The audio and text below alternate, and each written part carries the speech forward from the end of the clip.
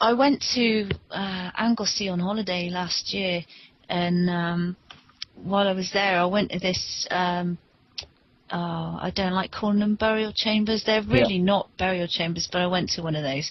It was basically an old stone circle with a tumulus in the middle and standing stone outside.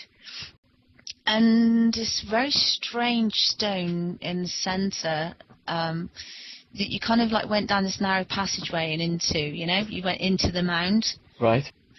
And they were like umming and ahhing over this construction, and on the information board you got the CADU usual information, which is usually not correct, saying this is a burial site and we found an ear bone. And I thought to myself, well, that's good evidence of a burial site, one ear bone. And then I walked dead across and I looked at the carving on the stone that was erected outside, which actually is a reconstruction because the original is in Cardiff Museum apparently. But they'd found it buried inside this hill that they opened. Yeah. And on one side you've got kind of like a serpent-like squiggle. And on the other side, you've got a zigzaggy serpent shape as well, right? Yeah. And it just came to me, this is to do with sound. This whole chamber is to do with sound. They found an ear bone. I mean, this is what I think our ancients were doing. When they were using sound and frequency to resonate the earth and heal the earth and themselves and bring things into balance. That's it. And I feel as well, you can move things with sound and frequency. You can create light with it. Jonathan Goldman, when I interviewed him for The Dangerous Man to talk about sound, he recounts this experience he had in this Mayan temple where he created light through toning. Wild. Yeah, but he doesn't really like to talk much about the kind of phenomenon related aspects to it, because he feels that it distracts. It's like the magic tricks, it kind of distracts from the proper use of it, which is more to do with healing, really. That's what we're really talking about. Did they levitate the bluestones from the Preseli Mountains just half an hour from me here and take them 150 miles down the road to Stonehenge? That's it. I mean, they recently found another henge by Stonehenge, which is totally blue stones.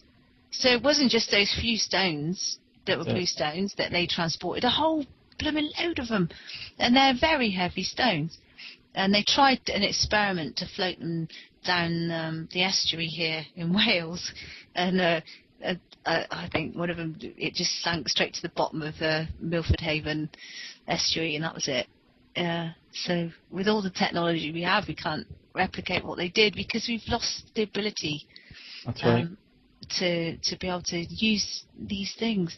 And that's something, I mean, sound for me personally is very important. I love to write and I love using words, but I still feel that really they don't express everything that I want to express.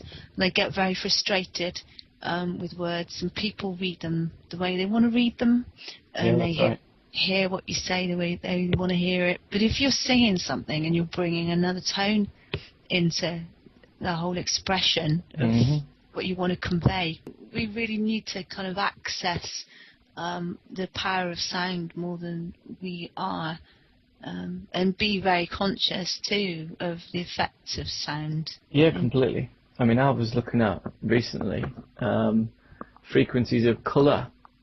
Okay, yeah. And I know that green has been linked to the emotional frequency of love.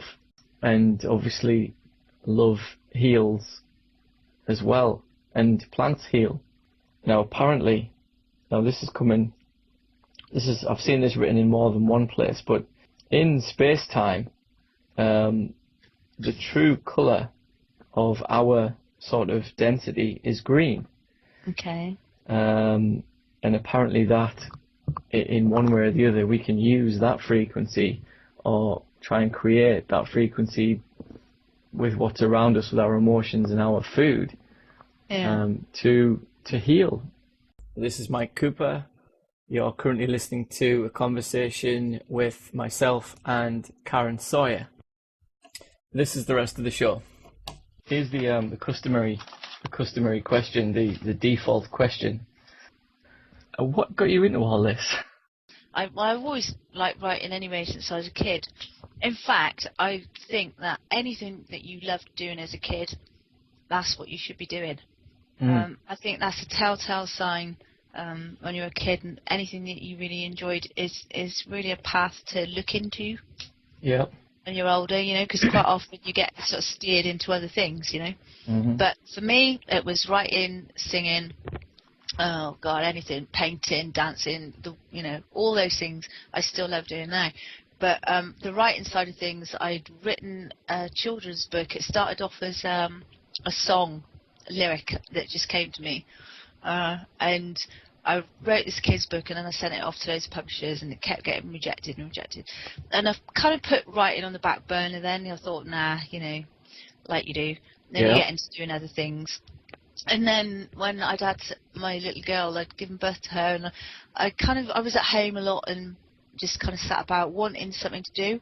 Then I came across this ad for this thing called the Writers Bureau, which is like a course, an online, offline really, but sort of partially online course, where you can, they set you assignments to do, so it's a bit like kind of college, but you're at home, Yeah. And the first assignments is in the non-fiction sector, so you get to write things for magazines. So I started off actually writing articles for magazines, with the intention that one day I would get to the fiction part of the course. And then I'd be able to write my books, but I've never ever got to it, because I got to the non-fiction writing for magazines, and I got into writing the book, and then I got into writing my second book, and now I'm writing my third book as well now.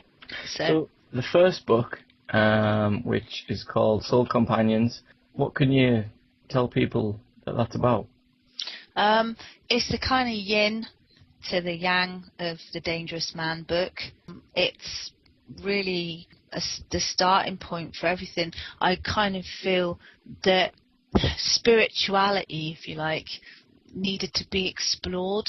I wanted to interview people basically to find out what guided them in life, because there was this whole thing at the time for me of wanting to know what my spirit guide was, and so I was kind of looking into that and trying to find answers myself. So I was asking all these different kind of people who had different experiences, and what theirs were, and that was quite an intriguing thing. But I didn't kind of I haven't planned this. I hadn't planned then to write The Dangerous Man afterwards, but it just kind of naturally happened as to balance the first book. It kind of felt to me, it's like, it's a good thing to be spiritually informed. And to read other people's experiences is always interesting, fascinating even, and it's a great honour to hear what someone else has got to say, for them to share that with you, because it's quite intimate, but at the same time, to have the information, the worldly information, if you like, the knowledge to back it up. But it's like Michael Tsarian at the first art convention, when he did the introduction, he talks about knowledge being sacred, and it is. It's sacred because, like he says, it's to do with selfhood. It's to do with understanding yourself. These are very sacred subjects that we explore, this research side of things. So in many ways, the two things, the spiritual and the information, they're part of the same path. They're not separate at all.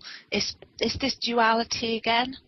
No, knowledge is sacred because it has to do with the selfhood. End of.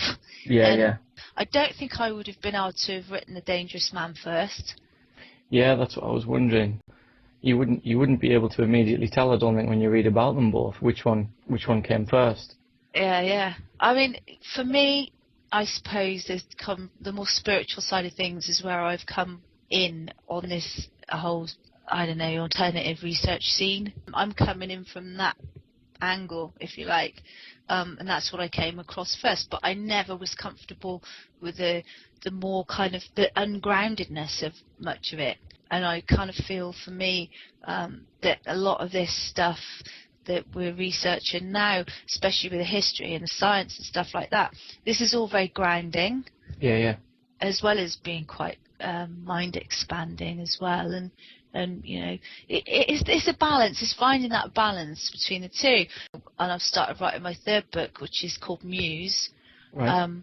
I've got a blog actually called The Muse, which you can get to from the Art Convention website. Basically, it's going to be a book of inspiration. So it's going to be interviewing people who are artists and actors or musicians, dancers, sports people, painters, sculptors, writers, poets, you know.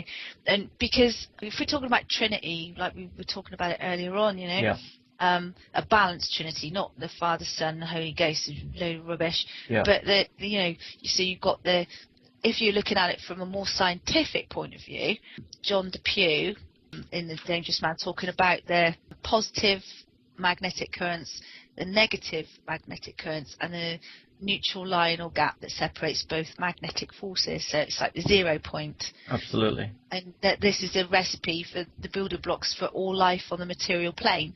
So, you know, I mean, this is the origin of the tri-spiral and the golden ratio that the ancients knew about and incorporated into their sacred symbols and buildings. And this is how we were before duality, which is really a kind of psychosis. You know, somewhere in the ancient past we've split ourselves in two, and now we're really dealing with the result. So getting that balance right. So for me to write Soul Companions of Dangerous Man, you got to read them both. You know, they're both important, but it's not just about that, because once you've merged the two and you marry the two, it's like balancing yourself, isn't it?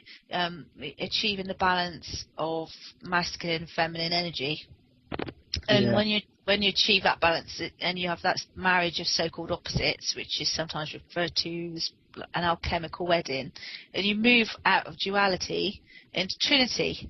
And that's what I'm doing now. I'm moving out of duality with these two books into Trinity, and the glue that is the gap between the two is the Muse.